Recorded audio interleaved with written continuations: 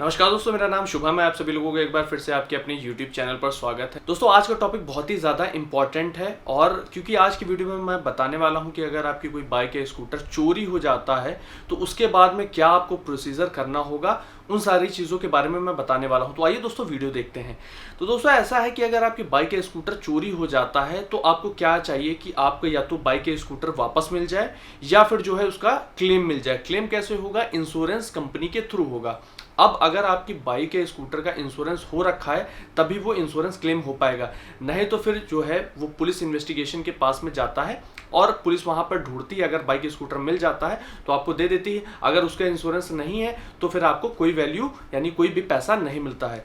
अब बात ये आती है कि अगर उसका इंश्योरेंस है तो कौन सा इंश्योरेंस होना चाहिए। तो इंश्योरेंस की बात करें तो थर्ड पार्टी इंश्योरेंस पे कोई भी क्लेम नहीं मिलता है चोरी का या एक्सीडेंट का। तो आपको या तो पैकेज पॉलिसी होनी चाहिए या फिर जो है कॉम्प्रिहेंसिव इंश्योरेंस होना चाहिए। आपकी बाइक या स्कूटर का इंश्योरेंस है और आपकी बाइक या स्कूटर चोरी हो गया है तो आपको सबसे पहले क्या करना है, जब भी आपको पता चलता है कि आपका जो व्हीकल है वो चोरी हो गया है तो आपको तुरंत जो है डायल करना है 100 या फिर 112, जो भी आपके एरिया में हो। ज़्यादातर इंडिया में डायल 100 ही चलता है, लेकिन अब क्या है कई जगह पर 112 भी आ चुका है। तो इसलिए आपको तुरंत डायल करना है, आपको उनको इन्फॉर्मेशन देनी है कि भाई ऐसे ऐसी चीज़ें, आपकी जो बाइक या स्कूटर है वो चोरी हो गया है इस एरिया में। और कोशिश करिए कि अगर आपके फ़ोन में रिकॉर्डिंग होती है तो बहुत अच्छी बात है, क्योंकि आपके वो एविडेंस की तरह यूज़ कर सकते हैं आप उसको। दूसरी चीज़ है, आप तुरंत ही आपको कॉल करना होगा इंश्योरेंस कंपनी के पास में। इंश्योरेंस कंपनी के पास में जो टोल फ्री नंबर होता है आप उनको कॉल करिए कि ये फ्रेम नंबर की बाइक या स्कूटर है, ये फ्रेम नंबर है, ये इंजन नंबर है और इस नाम से ये रजिस्टर्ड थी। और अगर आपके पास 2 कॉपी होती है इंश्योरेंस की तो फिर बहुत ही बढ़िया है। आप उसमें जो इंश्योरेंस पॉलिसी नंबर होता है, पॉलिसी नंबर आप बताकर कंप्लेन कर दीजिए, ताकि इंश्योरेंस कंपनी को भी इंफॉर्मेशन पहुंच जाए और जो है पुलिस तक भी इंफॉर्मेशन पहुंच जाए। क्योंकि आपको जो क्लेम लेना है ये दोनों ही बहुत बड़ा रोल निभाते हैं, यानी पुलिस और इंश्योरेंस कंपनी दोनों ही बहुत बड़ा रोल निभाते हैं।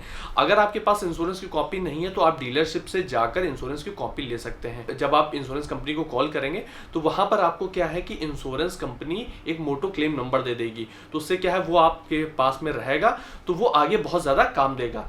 अब बात आती है कि जब आपकी बाइक स्कूटर चोरी हो गई है तो उसके बाद में जब आपने टोल फ्री नंबर पे कॉल कर दिया है, पुलिस आ गई है, सारी चीज़ें, फिर वहाँ से इन्वेस्टिगेशन स्टार्ट होगी। लेकिन फिर क्या है कि आपको अपने नज़दीकी थाने या चौकी या कोतवाली में जाकर एक एप्लीकेशन भी देनी होती है, यानी वहाँ पर एक FIR लिखाई जाती है। अब FIR क्या होता है कि कोई भी पुलिस स्टेशन पे FIR तुरंत नहीं लिखता है। इसलिए नहीं लिखता है कि कई बार क्या होता है 1-2 दिन में बाइक या स्कूटर जो भी आपके व्हीकल चोरी होता है वो मिल सकता है। तो इसलिए वो क्या कहते हैं कि जो रेलवे स्टेशन है पास में या बस स्टैंड है या जो व्हीकल स्टैंड है वहाँ पर आप जाके चेक करिए। और पुलिस वाले भी चेक करते हैं, लोकल एरिया में जो है चेकिंग लगती है, पूरा वो चेक करते रहते हैं। तो इसलिए क्या है कि वो तुरंत FIR नहीं लिखते हैं। तो आपको क्या करना है कि एप्लीकेशन जो है लिख के दे देना, दूसरी कॉपी उनसे रिसीव कर लेना है, यानी सिग्नेचर रहेगा तो वो भी आपको एज अ प्रूफ काम करेगा। तो ये चीज़ हो गई। उसके बाद क्या होता है कि जैसे 2-3 दिन बाद जब आपकी FIR लिखी जाती है तो FIR के बाद में फिर वो पुलिस अपनी इन्वेस्टिगेशन करती है और एक रिपोर्ट होती है।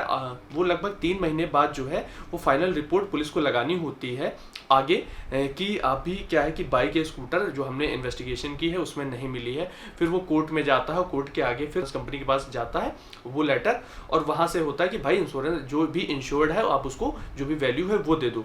लेकिन अब बात ये आती है कि उसके आगे आपको करना क्या है। देखिए, अगर आपकी बाइक की जो पॉलिसी है, इंश्योरेंस पॉलिसी है, वो पैकेज पॉलिसी है या फिर जो है कॉम्प्रिहेंसिव है, तो उसमें एक IDV होती है। IDV का मतलब होता है कि उस व्हीकल की वैल्यू कितनी थी। तो वैल्यू के अकॉर्डिंग कंपनी जो है क्लेम देती है, उसमें कुछ परसेंट 5 से 10% के आसपास कंपनी लेस कर देती है, बाकी वैल्यू दे देती है। फॉर एग्जांपल, अगर आप 1 लाख रुपए की कोई बाइक या स्कूटर परचेस करते हो तो वो उसकी IDV होती है वो 1 लाख रुपए नहीं होती, उसकी अराउंड होगी 80,000 75,000 ऐसे IDV होती है। तो कंपनी हमेशा IDV ही देती है। अब बात आती है कि उसमें और कौन से पेपर्स की जरूरत पड़ती है। तो अगर मैं आपको बताऊं कि जो पेपर्स हैं वो सबसे पहले जो ओनर है, ओनर के पास में ड्राइविंग लाइसेंस होना बहुत ज़्यादा ज़रूरी हो जाता है। जब कोई सर्वेयर आता है तो वो सारे पेपर्स लेता हूँ, पेपर्स की जो लिस्ट है वो मैं आपको बताता हूँ। तो जब सर्वेयर आएगा तो आपसे ड्राइविंग लाइसेंस मांगेगा, तो इसलिए DL होना बहुत ही ज़्यादा ज़रूरी है। रोड पे बिना ड्राइविंग लाइसेंस चलाना एक अपराध है। तो आपको ध्यान में रखना है कि आपके पास ड्राइविंग लाइसेंस होना बहुत ज़्यादा ज़रूरी है। इंश्योरेंस की कॉपी होना चाहिए।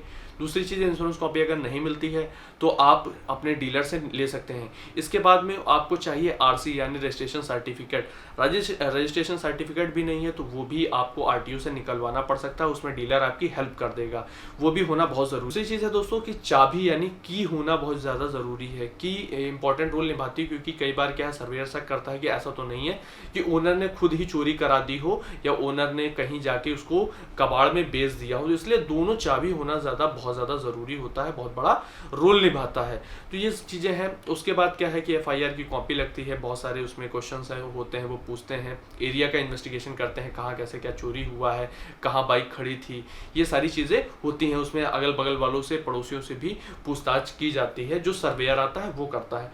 तो आपको इन सब चीज़ों का ध्यान में रखना है कि सबसे पहली चीज़ है कि पुलिस को इन्फॉर्म करना है, इंश्योरेंस कंपनी को इन्फॉर्म करना है, ताकि वो प्रूफ में रहे। अगली चीज़ मैं आपको बताऊं कि ये जो आप स्टार्टिंग का जो प्रोसीजर है वो तो खुद ही करना पड़ेगा, लेकिन जब उसके बाद में क्या है कि आपको एक लॉयर भी हायर करना पड़ सकता है, क्योंकि क्या है कि बहुत सारी चीज़ें कोर्ट के थ्रू होती हैं, तो आप सारी चीज़ें नहीं कर सकते, इसलिए आपको लॉयर भी अपॉइंट करना पड़ सकता है। लॉयर अपनी फीस लेगा और उसके बाद क्या है कि उसमें कुछ प्रोसीजर्स होंगे, वो सारी चीज़ें चलेंगी, और उसके बाद अगर पुलिस 3 महीने में एफआर लगती है, फाइनल रिपोर्ट लगती है, पुलिस उसमें पूरी रिपोर्ट बना के देती है और पुलिस वो एफआर लगा देती है। उसके बाद जो है मजिस्ट्रेट होता है, मजिस्ट्रेट क्या करता है कि वो आगे पूरा बना के दे देता है। आप स्टार्टिंग में बिल्कुल भी लापरवाही मत करें, तुरंत जो है कंप्लेंट डालें इंश्योरेंस कंपनी को, टोल फ्री नंबर होता है वहाँ पे कॉल करिए और पुलिस को कंप्लेंट तुरंत करिए। तो ये चीज़ें आपको ध्यान में रखना होगा। तो ये कुछ इन्फॉर्मेशन थी, मैंने सोचा आप लोगों को शेयर किया जाए, क्योंकि मुझे बहुत इंपॉर्टेंट लगी। कई बार क्या होता है, कई लोग गलती कर जाते हैं। ये जो मैंने आपको इन्फॉर्मेशन दी, ये मेरे साथ खुद बीता है, तो मैं आपको एक एक्सपीरियंस अपना शेयर कर रहा था। अगले किस टॉपिक वीडियो चाहते हैं आप मुझे कमेंट बॉक्स में जाके बता सकते हैं। आप मुझे इंस्टाग्राम पे भी फॉलो कर सकते हैं। अगर ये वीडियो पसंद आया तो वीडियो कर लीजिए लाइक, और चैनल पर पहली बार है तो चैनल को कर सकते हैं सब्सक्राइब। आप मुझे इंस्टाग्राम पे भी फॉलो कर सकते हैं, मेरा इंस्टाग्राम हैंडल है व्लॉगर शुभम। वीडियो देखने के लिए आपका बहुत बहुत धन्यवाद।